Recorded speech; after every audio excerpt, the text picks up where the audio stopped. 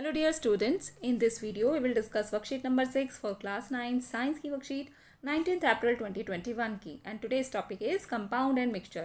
In the previous worksheet we have done element, what are elements, ठीक है, elements के बारे में हम पढ़ चुके हैं, what are metal, metalloids and non metals.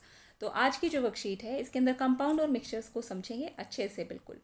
तो ज्ञान ने पूछा, जिज्ञासा दीदी, we have learn about the element, what about compounds. तो कंपाउंड्स के बारे में भी ज्ञान जानना चाहता है. तो दीदी ने उसको समझाया कि ज्ञान, कंपाउंड्स आर प्योर सब्सटेंसेस. सबसे पहली बात, जो कंपाउंड्स हैं वो भी कैसे हैं, प्योर सब्सटेंसेस हैं, which are formed when two or more elements combine.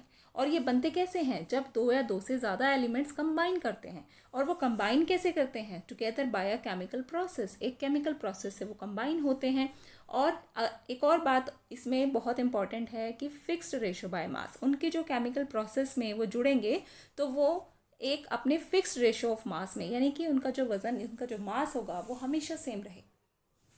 जैसे कि एग्जाम्पल लीजिए वाटर का. तो वाटर होता है H2O. जब भी हम वाटर को बनाएंगे तो केमिकल प्रोसेस से ही बना सकते हैं. इसके अंदर दो एलिमेंट्स यूज़ हो रहे हैं, हाइड्रोजन और ऑक्सीजन. और हमेशा आप देख रहे हो कि हमेशा H2O ही रहता है ना, हाइड्रोजन के दो एटम ही रहते हैं, ऑक्सीजन का एक ही एटम रहता है.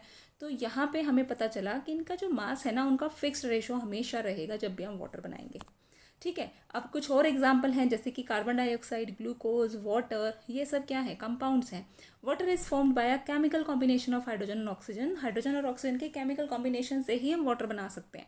And all the substances that are present around us are made up of elements only, but in the nature most of them are found in the form of compound and mixture. तो हमारे आसपास जो भी चीज़ें दिखाई दे रही हैं वो ज़्यादातर कंपाउंड से बनी हुई हैं, यानी कि वो कंपाउंड्स ही हैं और नेचर में कंपाउंड्स के रूप में ही वो प्राप्त होते हैं, कंपाउंड होते हैं या मिक्सचर होते हैं. ठीक है. अब एक इम्पॉर्टेंट क्वेश्चन क्या है कि आपको डिफरेंसेस बताना है कंपाउंड और मिक्सचर के रूप में, कंपाउंड और मिक्सचर के बारे में. और दूसरा क्वेश्चन क्या बन सकता है कि अगर आपको बोला जाए कि कंपाउंड क्या होते हैं, उनकी क्या प्रॉपर्टीज़ होती हैं, या मिक्सचर क्या होते हैं, उनकी क्या प्रॉपर्टीज़ होती हैं. तो आप इस चार्ट से, ये देखो बहुत कलरफुल बनाया गया है, दूसरी तरफ एक तरफ कंपाउंड और दूसरी तरफ mixture.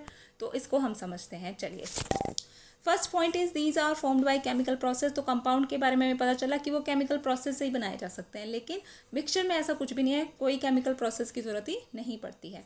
These are scientifically pure in nature. ये तो प्योर इन नेचर होते हैं. कंपाउंड जो होते हैं ना, वो एलिमेंट से मिलकर बने होते हैं. तो एलिमेंट तो प्योर है, इसीलिए कंपाउंड्स भी क्या होते हैं, प्योर होते हैं. But these are scientifically impure in nature. लेकिन मिक्सचर जो है वो साइंस की भाषा में इनको हम कभी भी प्योर नहीं कह सकते. ठीक है. Their compositions are always fixed in a definite proportion. तो अभी हमने बात की कि जब इनका कंपोजिशन होता है तो उसमें हर एक एलिमेंट का एक डेफिनेट प्रोपोर्शन होता है मास का. The properties of compounds are totally different from the properties of its constituent element. तो अभी हम बात कर रहे थे ना कि हाइड्रोजन और ऑक्सीजन दोनों गैसेज हैं. ये दोनों गैसेज हैं और ये दोनों मिलकर एक कंपाउंड बनाएंगी, उसको बोलते हैं हम वाटर. और वाटर क्या है, एक लिक्विड है. तो यहाँ पे इनकी प्रॉपर्टीज़ देखो काफ़ी अलग हो जाती हैं. ऐसे ही सभी कंपाउंड्स में प्रॉपर्टीज़ अलग अलग होती हैं. उनके जो कॉन्स्टिट्यूएंट एलिमेंट है, जैसे हाइड्रोजन और ऑक्सीजन है, इस केस में एग्जाम्पल से समझना अच्छा होता है. तो इसकी प्रॉपर्टीज़ अलग हैं और वाटर की प्रॉपर्टीज़ अलग हैं. नेक्स्ट पॉइंट देखते हैं, the change into liquid.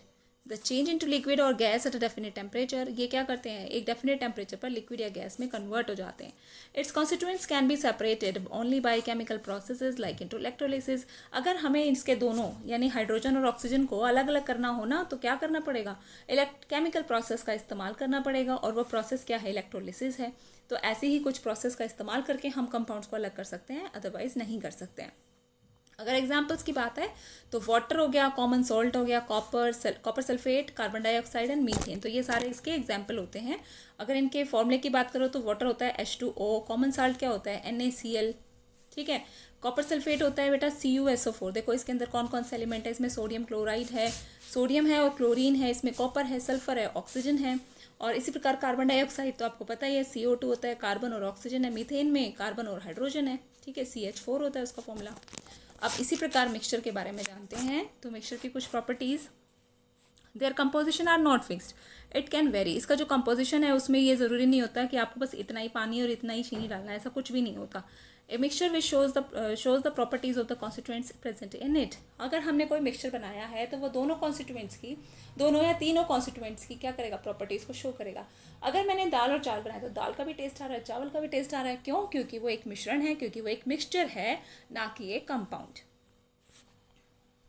Now next point is when two or more elements or compounds are simply mixed together in any proportion they form a mixture. अब elements और compounds जब simply mix कर दिए जाते हैं किसी भी proportion में, अगर उनको आप mix कर दोगे ना तो वो एक mixture बना लेंगे. ठीक है. A mixture can be homogeneous and heterogeneous. तो homogeneous भी हो सकता है mixture और heterogeneous भी हो सकता है.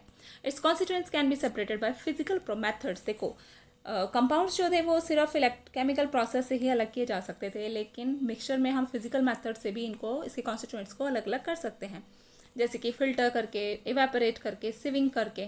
ठीक है, तो ऐसे तरीक़ों से इनको अलग किया जा सकता है. अगले क्वेश्चन देखते हैं अब आगे. क्वेश्चन नंबर 1 कहता है water compound and explain with a suitable example. तो इसको आप वर्कशीट से कर सकते हो बेटा. यहाँ से क्वेश्चन नंबर 1 ये यहाँ से होगा आपका आंसर नंबर 1. कंपाउंड्स जो हैं वो ऐसे प्योर सब्सटेंसेज होते हैं जो कि 2 या 2 से ज़्यादा एलिमेंट से कंबाइन करके बनते हैं, जो कि केमिकल प्रोसेस से कंबाइन किए जा सकते हैं और उनका हमेशा फिक्स्ड रेशो होता है. और एग्जाम्पल भी पूछे गए हैं तो एग्जाम्पल ये सारे लिख दीजिए कि कार्बन डाइऑक्साइड, ग्लूकोज, वाटर, ये सभी क्या है इसके एग्जाम्पल हैं. तो यहाँ तक आप आंसर नंबर 1 लिखेंगे. क्वेश्चन नंबर 2 कहता है differentiate between a compound and a mixture. तो है ना इंपॉर्टेंट क्वेश्चन ये. तो इंपॉर्टेंट क्वेश्चन का आंसर भी लिख लेते हैं. तो यहाँ से आपने इसी प्रकार लिखना है. कंपाउंड लिखना है एक तरफ, मिक्सचर लिखना है, बीच में एक लाइन ड्रॉ करनी है स्केल से, और फिर आप 3 से 4 पॉइंट्स यहाँ से लिख सकते हैं. जो भी आपको अच्छे लगें, जो भी आपको याद हो जाए इजीली, उन पॉइंट्स को आप लिख सकते हो. ठीक है, ये डिफरेंस हो गया. आंसर नंबर 2 हो गया. अब आंसर नंबर 3 देखिए. तो classify the following into compounds and mixtures, also identify pure substances from the given list and write them separately. इस यहाँ पर आपको कुछ दे रखे हैं वर्ड्स, इनमें से आपको छांटना है कि इनमें से कौन कौन कंपाउंड हैं, कौन कौन मिक्सचर्स हैं और कौन कौन से प्योर सब्सटेंसेस हैं.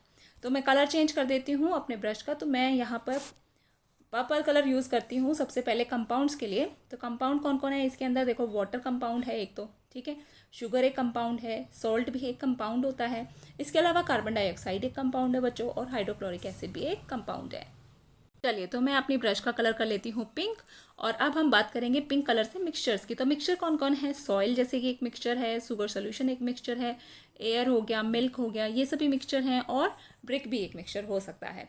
ठीक है, तो ये सारे हो गए हमारे कंपाउंड एंड मिक्सचर्स. और बात आती है प्योर सब्सटेंसेस की. तो हमें पता है कि जो कंपाउंड्स होते हैं वो प्योर सब्सटेंसेस होते हैं, तो वो आप यहाँ पे बता सकते हो. तो बच्चों ये थी आपकी आज की छोटी सी वर्कशीट. आपको समझ आया होगा ज़रूर, और नहीं आया तो आप अपने कमेंट्स में अपने डाउट्स को लिख सकते हो. ठीक है, और अगर समझ आया है तो वीडियो को लाइक करें, अपने दोस्तों के साथ शेयर करें. Thank you for watching. मिलते हैं आपसे नेक्स्ट वीडियो में.